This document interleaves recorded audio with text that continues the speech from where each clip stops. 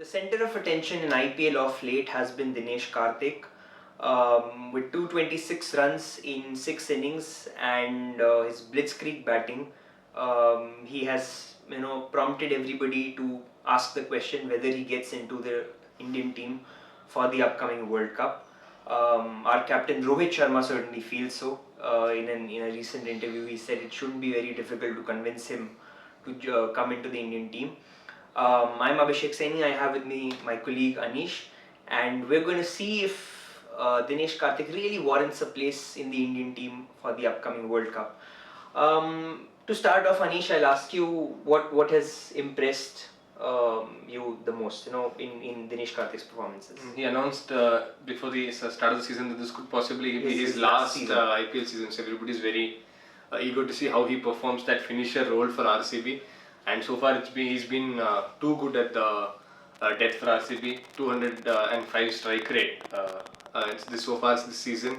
Specifically that innings against Punjab Kings where he scored 28 in just 10 balls to get RCB over the line. You had to bring in the Punjab Kings innings against the Punjab Kings fan.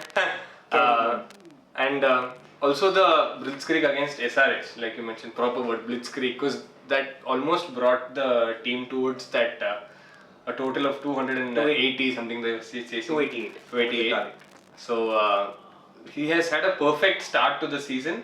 And there's something similar that happened the last time out as well, wasn't it? During the 2022 T20 World Cup. That's how he got into that team. But a recurring problem. Obviously he's been in fine form, and the way he's going, it definitely warrants a thought that okay, can he get into the team? But there's more to it than meets the eye, and there are a lot of criteria that need to be sorted out. First of them being his strike rate against spin bowlers. Anish, you mentioned that he played well in the 2022 World Cup when he was eventually taken into the Indian team. That year he was averaging his strike rate against spinners at death was 95. It was less than 100, and at the same time he was striking it more than 200 against pacers. And I particularly mentioned death overs because that is the role that has been assigned to him, and even in the Indian team I think he's more suited to that death slot because India is also looking for options at that particular role.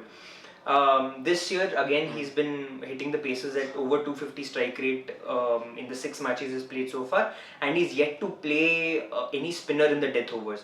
So until and unless a spinner really tests him in the death bowling, we cannot really say that he's not overcome that one particular weakness that he had. Plus another point, in 2022 he got selected, but he could only play 4 matches where he scored some 14 odd runs and he struggled for form. So again, before getting ahead of ourselves and saying that he definitely should be a starter in the team, we should sort of look at his past track record as well. But one thing, speaking about the venue where the World Cup is going to be played this year, 2022, it is in Australia. Again, flat tracks that people thought probably suits Dinesh Karthik's batting. Right. People might say it's not the same this time around, but we'll have to consider that the first group stage that India plays is going to fully take place in the United States, where it's going to be drop-in pitches, which means they're going to be flat, not on the slower side, not much turn on offer for the tweakers. So those are kind of pitches where Dinesh Karthik is at his best. So probably we can say, and the kind of opposition that India is facing in the group stage also, take USA, Canada, not the greatest in terms of their team ranking. All due respect to every team. And Pakistan is the other option. Pakistan again known for its pace quartet rather than the tweakers. Imad Wasim is more of a containing spinner rather than a wicket-taking spinner. Doesn't bowl a lot at the depth where Dinesh comes into play. So group stage wise, I guess again Dinesh, it'll make sense picking Dinesh Karthik in the team because his weakness will not be shown. But once the tournament goes into the business end, that's when the real fight takes place. The Super 8s that takes place fully in the West Indies. We know West Indies is a slowish track, and the level of opposition we are facing in the Super 8s also get tougher as we go. So teams like Australia, England, Adam Zampa, excellent record against India. Even Adil Rashid. Or even any other spinner from teams like New Zealand, for example, if they're playing Santner or Risoli or whoever, those kind of the top 8 teams obviously have the best players in the world, And once Dinesh Karthik and India goes into the Super 8s, that's when I guess this potential weakness of him might be exploited. Another interesting point I'd like to highlight is that the strike rates in CPL over the past 3-4 years, you see that they've not really crossed 120, 130. And we know how the kind of hitters that come out of West Indies. All of this just simply highlights that it's not going to be easy to bat on because the surfaces are sticky, they lack pace, they're too paced, and in such conditions, I'm sure batting is going to be restricted, and it's not going to be as free flowing as we see here. I'd like to add to that, that so far his performances, his 250s, one came at Hyderabad. That's a venue we've known, which concedes a lot of runs. One more is, you mentioned the innings against Punjab.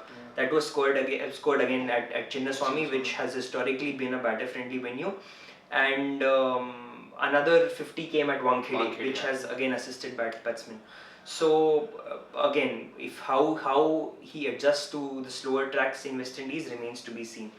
Now moving on to the team combination of how India will slot him in. If and when the selectors decide that okay, Dinesh Karthik fits, not fits per se, but if he has done enough to sort of get a call in or get onto the flight to the Caribbean islands, then how do you fit him into the team? Because T20 is largely a game of matchups, and more people are relying on data, and strike rate has become a crucial factor for teams to determine their starting 11s. And if India has to strike a balance between its left-handers and right-handers, I mean, if Dinesh Karthik is playing, then you either leave out Rishabh Pant from the team, which will then India does not have any left-handers then. You have Jaiswal maybe. I mean, if Gill plays, then even Jaiswal is not there.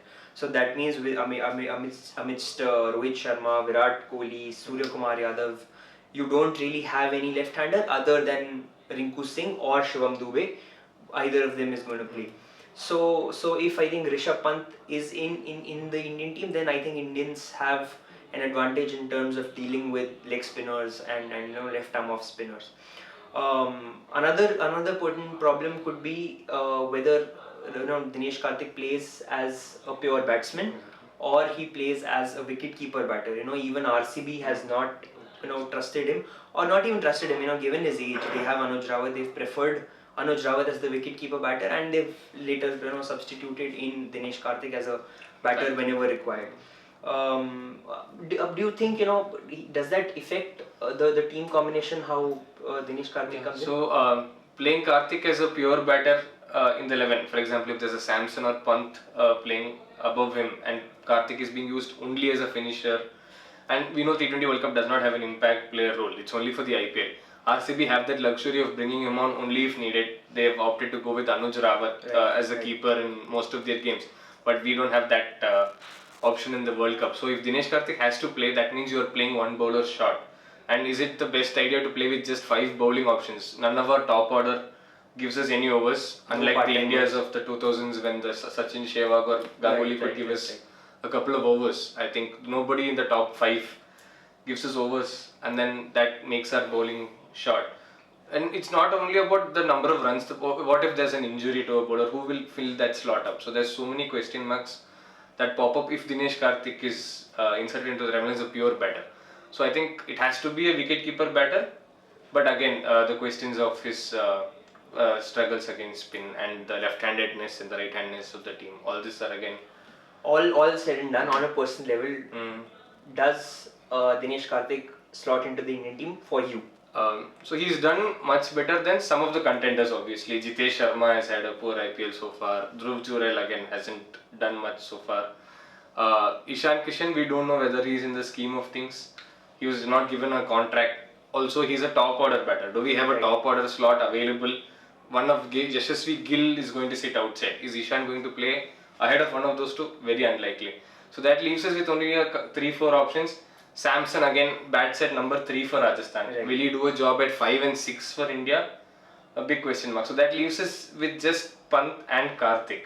Right. And the way Pant has been batting, that's been good to watch, but we'll also have to take in his last 1 year, whether he can play that much cricket with the Border Gavaskar series coming in. Right. Pant is much more important to us in that series rather than the T20 World Cup. So putting all that, I'm guessing they will go, if Pant is given a fitness certificate that he can play, I see Pant playing ahead of Karthik. Okay. And if not, on a personal note, I would take Samson, slot him in at 4. I think he can do a job there. Okay. So for me, Karthik probably doesn't make it into the starting 11. Make the cut. The more you try to think of it, the more questions than answers pop up. There's still 7 matches left for RCB. The way Dinesh Karthik is going, he's set to make. He's most definitely make a solid case for an inclusion. But what the selectors decide, what the Indian team decides, we'll find out soon enough.